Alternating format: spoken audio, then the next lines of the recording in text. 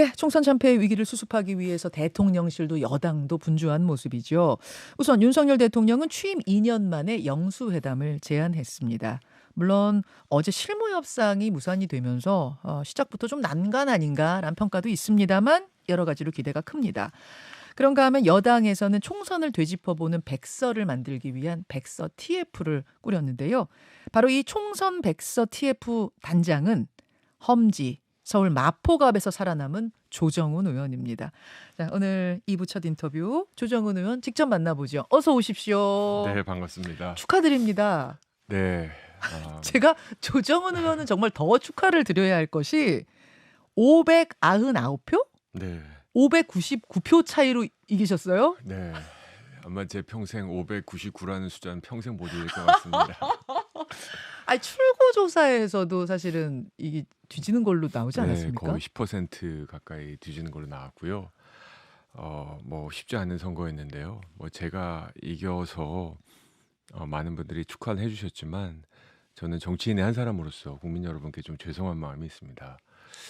어떤 말씀일까요? 이번 총선이 저는 처음부터 우리 대한민국의 미래에 대한 얘기, 우리 대한민국이 어떻게 앞으로 나가야 할지, 아이들에게 희망을 줄지 이런 메시지가 필요한데 분열의 언어, 갈등의 언어로 가득 찼고 통합의 메시지는 없었던 것 같아요. 그래서 너무 지치고 힘들었던 선거가 아닌가 하는 국민들의 생각에 저는 너무 죄송하다, 미안하다는 말씀드립니다. 예. 그렇죠. 지금 이제 599표 차 진짜 기쁜 승리를 하셨는데도 활짝 웃지 못하는 것이 네, 당이 대패를 했기 때문에 그렇죠. 마음이 무거우실 거예요. 마침 어제 총선 백서 TF 단장이 되셨습니다. 그 총선 백서 TF란 건 뭡니까? 네, 이제 총선과 대통령 선거 같은 굵직굵직한 선거가 끝나면 왜 우리가 이겼고 왜 우리가 졌는지 원인을 분석하고 향후 앞으로 나아갈 길을 지금 묻는 건데요. 네. 저는 뭐 보고서 하나 쓰려고 단장 맡은 건 아니고요. 저희가 뼛속까지 이제 체질 개선을 해야 된다고 생각합니다. 뼛속까지 체질 개선. 네, 조금 더 구체적으로 설명해 주신다면요. 제가 서울 마포에서 선거를 하면서 마포역이 제 지역구인데요. 네. 아침 저녁으로 인사를 드리면 마포역 다음 역은 여의도입니다. 피할 길이 없거든요. 아침 저녁으로 달라지는 민심을 느꼈고 우리 3040 세대들한테 이제 멋이 없는 정당이 되어버렸다. 허허. 그리고 서울 수도권의 목표 의석수가 뭐 석권 이런 얘기는 한 번도 못 해봤고 과반 이런 얘기도 못 해봤고 3분의 1 얻으면 잘 얻은 정당. 저는 이래 갖고는 절대로 수권 정당, 집권 정당이 될 수 없다고 생각합니다. 왜 그렇는가? 저는 우리 국민의힘이 갖고 있는 이미지가 뭐 멈춰 있음, 이대로 멈춤. 저는 보수 정당의 핵심 가치는 질서 있는 변화라고 생각합니다. 예. 그런데 보수 이퀄 영남, 보수 이퀄 강남, 보수 이퀄 부자, 죄송합니다만 보수 이퀄 남자, 이 프레임에 너무 빠져버려서 이 교회 여기 속하지 않는 분들은 저희 국민의힘을 찍을 이유가 없었고 아무리 민주당이 싫어도 국민의힘 더 싫다. 뭐 이런 분들이 너무 많았던 것 같습니다. 이거를 우리가 남은 2년 지방선거까지 예. 정말로 극복하지 않으면 예. 지방선거 해보나 마나. 그리고 그 뒤 해보나 마나. 해보나 마나죠. 그 뒤 1년 뒤에 있을 대선도 어려울 것이고 대선 주면 대통령 임기 1년 안에 치러질 총선 해보나 마나. 그래서 6, 7, 8, 26, 27, 28 벌어질 이 다이나믹한 정치 시즌 전 딱 2년 남았습니다. 지금 웃을 시간 아니고 뭐 한 지역에서 당선됐다 낙선됐다 뭐 이럴 때가 아니고 국민의힘이라는 정당의 체질을 개선하는 시간이다. 그래서 앞으로 저는 뭐 무슨 일이 발생했다는 건 당연히 적어야겠지만 뭐 5대 개혁과제, 7대 개혁과제와 함께 로드맵을 좀 만들자. 예. 이게 어제 당선인 대회에서도 저 외에 다른 많은 의원님들께서 당선인들께서 예. 요구하셨던 바입니다. 일각에서는 되게 불편한 얘기일 수도 있는데 영남 자민련 된 거 아니야라는 이야기를 하는데 조정훈 의원도 동의하시는 거예요? 이러다 영남 자민련 되겠다 혹은 이미 됐다 막 이런 얘기 나왔잖아요 이번에. 네, 영남권의 의원들이 압도적으로 많으신 건 사실이죠. 그래도 저희는 집권 여당이거든요. 네. 집권당이 됐다는 건 국민 여러분들께서 뭐 가장 많이 선택해 주신 정당이라는 거니까 아직까지는 아니라고 봅니다. 하지만 그 길로 가고 있다라는 건 부정할 수 없습니다. 이 백서안에 이것만큼은 꼭 들어가야 한다. 뭐 좀 단장님 머릿속에 구상하는 특성, 뭐 특색 있는 어떤 작업이 있을까요? 예, 저는 일단 데이터를 좀 빅데이터를 깊이 보고 싶고요. 빅데이터. 지금 벌써 총선 누구 때문에 이겼다, 누구 때문에 졌다, 이겼지 네. 못했죠. 뭐 대통령실의 책임이냐, 네. 뭐 당의 지도부의 책임이냐, 공천을 잘했냐 못했냐. 근데 실은 이게 왈가왈부 하기 시작하면 쌈박질만 납니다. 저를 좀 아끼는 정치 선배 동료 의원들이 이거 하지 말라고. 아, 단장하지 말래요? 네. 이거 하면 욕만 먹는다고. 욕만 먹는다고. 너 앞으로 창창한데 이런 짓 하지 말고 딴 거 준비하라고. 네. 근데 제가 그랬습니다. 제가 버려지는 한에 있어도 당을 위해서 이건 해야 됩니다. 아하. 그리고 저는 어떤 의도도 여기다 담지 않겠다. 예. 그리고 거듭 말씀드리지만 우리가 해야 될 5대 과제, 7대 과제 중심으로 해놓고 앞으로 이뤄질 전당대회가 당 지도부의 선정이 이 개혁 과제를 누가 가장 잘 실현할 수 있는가를 놓고 경쟁했으면 좋겠다. 알겠습니다. 네. 객관적으로 냉철하게 욕을 먹더라도 있는 그대로 적겠다. 예. 빅데이터 들여다보겠다. 그런 말씀하셨어요. 네. 일단 정치권의 가장 큰 이슈로 좀 넘어가 보죠. 어제 대통령이 신임 비서실장으로 오선 중진 정진석 의원을 임명했습니다. 이 부분은 어떻게 평가하십니까? 네, 뭐 저는 할 만한 인선이었다 생각하고요. 개인적으로 뭐 경험과 지식이 풍부한 선배 의원이라고 생각합니다. 민주당에서 뭐 정치하지 말자는 얘기냐 이런 얘기 하셨는데 네. 아주 솔직하게 얘기해서 비서는 공유하는 게 아닙니다. 그 무슨 말씀이실까요? 비서실장이잖아요. 예. 국무총리는 뭐 국회 인준도 있고 예. 협치의 대상이 될 수 있습니다. 근데 비서실장을 예. 가장 민감한 얘기를 시시때때로 해야 되는 사람인데 이걸 협치의 대상으로 삼아서 야당과 다른 정당이 입맛에 맞는 사람을 골라야 된다. 한 번도 만나지 않은 사람을 비서실장으로 앉혀놓고 국정을 논해라. 이처럼 비현실도 없죠.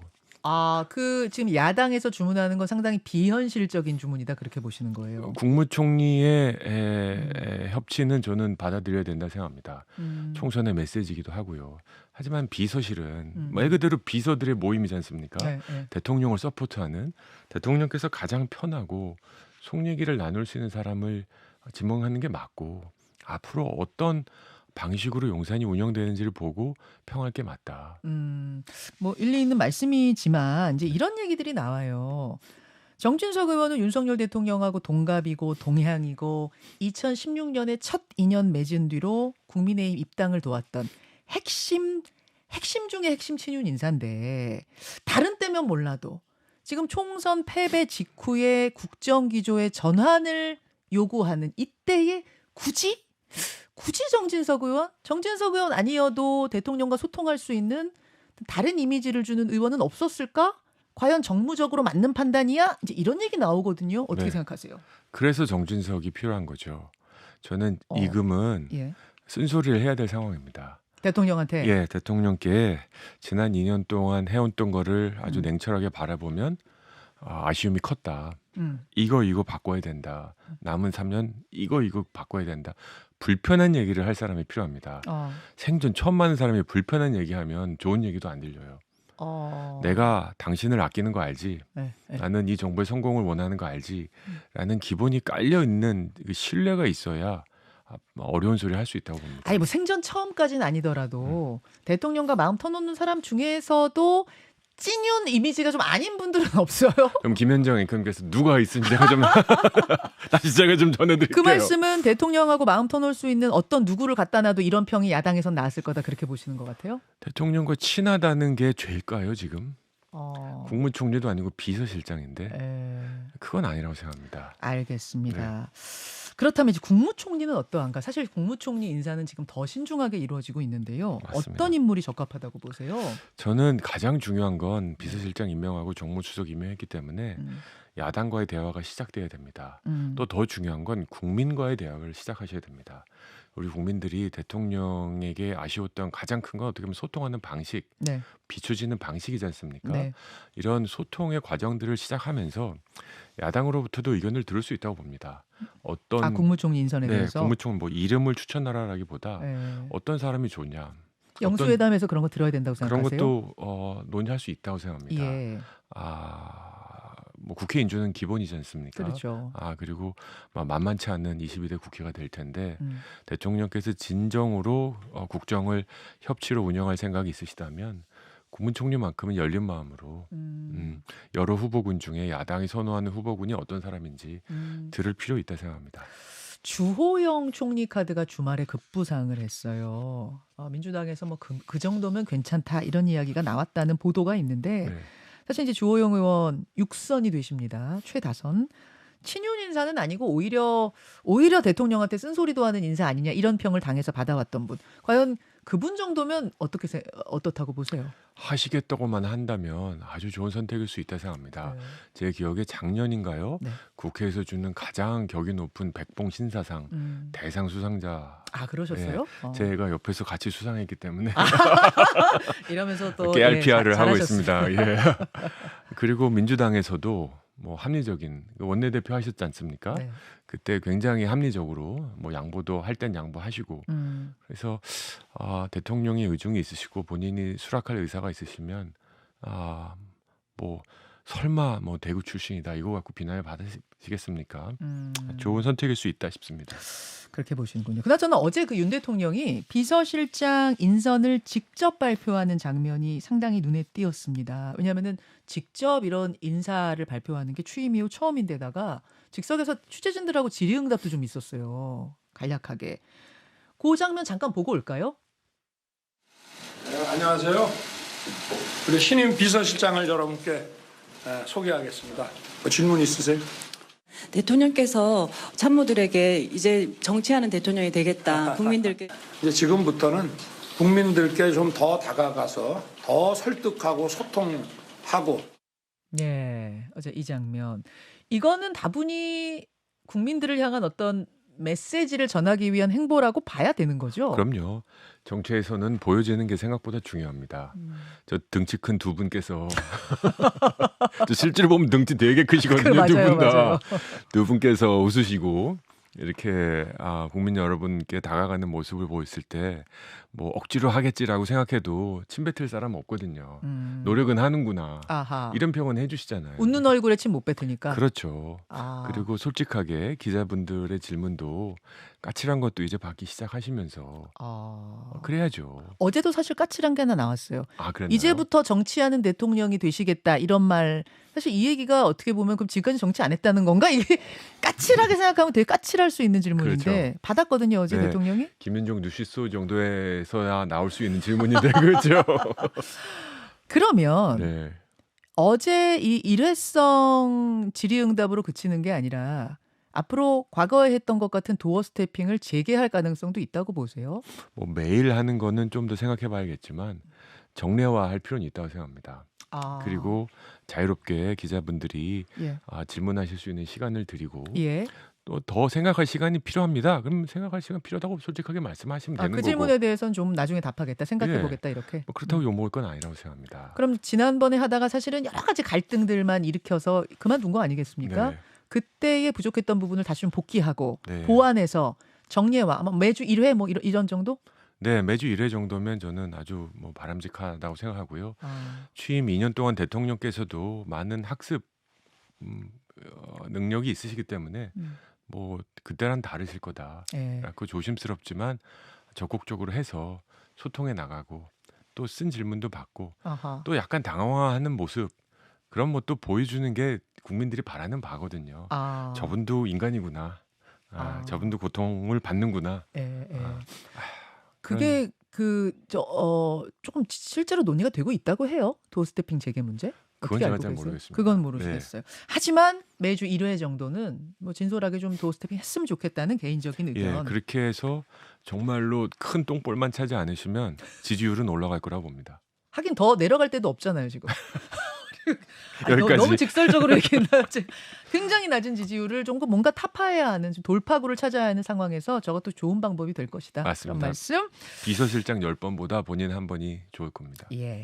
근데 어제 영수회담을 위한 실무 협상은 무산이 됐습니다. 네. 민주당에서는 준비 회동을 미숙하게 처리한 것 유감을 표한다 이렇게 얘기를 했는데 네. 이것이 그러니까 어제 정무수석이 좀 급작스럽게 발표가 되면서 맞습니다. 새로운 정무수석과 시작하는 게 좋겠다 이랬던 거라면서요. 그렇죠. 뭐 큰 의미는 없고요. 새 술은 새 부대에 담아야 되니까 신임 정무수석이 이 가장 중요하지 않습니까? 이거를 처음부터 이렇게 조율해 나가는 게 맞다. 이건 민주당도 이해해 줘야죠. 뭐 그 정도 논평 발표한 게 뭐 알겠다. 근데 다시 그러지 말아라. 뭐 이 정도로 이해합니다. 이번 주 안에 영수회담 가능할 거라고 보십니까? 시기적으로? 서두를 필요는 없다 생각합니다. 그런가요? 네, 양측 모두를 위해서 상당한 정치적 부담을 안고 만나는 거거든요. 예. 잘 준비해서 예. 뭐 목요일 하는 대신 월요일 날, 화요일 날 했다고 대한민국 망하는 거 아니고 오히려 성과 있는 영수회담, 양측 모두 잘했다. 지금 처음 말씀드렸지만 우리 총선 때문에 우리 국민들 많이 지쳐 있었거든요. 네. 그래 정치가 이런 거 해야지. 칭찬받는 영수회담 되기 위해서 며칠 더 시간이 필요하다면 시간을 쓰는 게 맞습니다. 뭔가 결실이 나와야 된다. 그럼요. 그림만 나오면 안 된다 그 그렇습니다. 말씀. 의제를 놓고 지금 그래서 조율하는 작업이 네. 중요할 텐데 네. 민주당에서는 국민 1인당 25만 원 그 지원금, 이른바 민생 지원금 지급을 위한 추경을 요구할 것 같습니다. 아마 이걸 가장 제1의 의제로 좀 내놓을 것 같은데요. 그 외에도 최상병 특검, 김건희 여사 특검까지도 의제로 요구할 가능성이 있고요. 조정훈 의원은 어떻게 보세요? 네, 1차적으로 예. 이재명 대표가 탄핵 특검 해임 이 얘기만 안 했으면 좋겠습니다. 이 얘기는 하시겠지만 이걸로만 끝나지 않았으면 좋겠습니다. 정말 민생이 영수회담의 중심이 되어야 됩니다. 25만 원 지원금 아마 다 하면 한 13조 된다 그러나요? 좋습니다. 뭐 받고 더블도 좋고요. 20조도 좋습니다. 저희 추경은 찬성할 수 있습니다. 다만 전 국민 지원금 반대입니다. 저희가 더 알차고 실속 있고 정말 필요하신 분들에게 더 많이 갈 수 있는 그런 내용으로 13조가 됐든 23조가 됐든 민생이 어려우니까 그거 할 수 있다고 생각합니다. 경제를 전공하신 분이기 때문에 사실 제가 이 부분 더 질문을 좀 드리고 싶은데 그러니까 추경을 지금 할 수는 있는데 국민 개개인에게 뭐 현금 혹은 뭐 신용카드 포인트 뭐 이런 식으로 직접 지급하는 방식은 아니라고 보시는 거예요? 절대 아닙니다. 4인 가족 기준으로 100만 원 주는데 과연 어떻게 쓸까요? 그리고 물가 반드시 올라갑니다. 지금 물가가 너무 높아서 돈 주지 않는 건데 그럼 물가 더 올라가고 앞뒤가 맞지 않는 아무리 일회성이라고 하지만 피해가 너무 큰 경제 정책입니다. 민생이 어렵다는 거 다 동의합니다. 저희도 느끼고요. 13조, 23조 뭐 충분히 논의할 수 있고요. 저희가 더 촘촘히 정말 필요한 분들, 소상공인분들, 자영업자분들, 그다음에 여러 가지로 대출 이자율이 올라가서 고생하시는 분들에게 정말 핀셋 지원하는 추경안을 놓고 한번 논의해봤으면 좋겠습니다. 근데 이게 아니다라고 하면 아마 영수회담이 무산되는 건 아닌가 이런 생각도 들어요. 워낙 강하게 지금 이재명 표로 밀고 있는 것이 민생 지원금이어서. 그건 정치가 아니죠. 목표가 뭡니까? 민생을 돕자라는 거잖아요. 근데 마이웨이가 항상 답이다? 그건 정치하지 말자는 거죠. 그래서 윤석열 대통령 비난하신 거 아닙니까? 민생을 위해서 25만 원이 답이라고 생각하시는데 저희가 자존심이 아니고 객관적인 데이터와 자료를 가지고 대안을 만들어 볼 테니까 한번 논의합시다. 그리고 정말로 어려운 분들한테는 일부 현금 지원이 필요할 수도 있습니다. 하지만 전 국민 다 이건 아니다라는 거죠. 하게 되더라도 선별 지원이다 이런 말씀. 그렇죠. 자, 그러면 최상병 특검, 김건희 여사 특검 이주제도 해야 된다라고 하면은 어떤 입장이세요? 해야 된다는 게 영수회담에서 의제로 다뤄야 한다. 뭐 안 하기로 해도 아마 애드립을 하실걸요. 이재명 대표는 쑥 치고 나올 거라고 생각합니다. 저희들 입장을 정리해야 된다고 생각하고요. 최상병 특검의 경우는 정말 안타까운 대한민국 국민이 젊은이가 목숨을 잃었기 때문에 뭐 사실관계 파악에 누가 반대하겠습니까? 하지만 민주당이 그렇게 사랑하고 믿고 있는 공수처가 지금 수사를 진행하고 있는데 이걸 왜 중단시켜야 된다고 생각하는지 민주당이 공수처에 대한 애정이 과했다라는 고해성사부터 해야 된다고 생각합니다.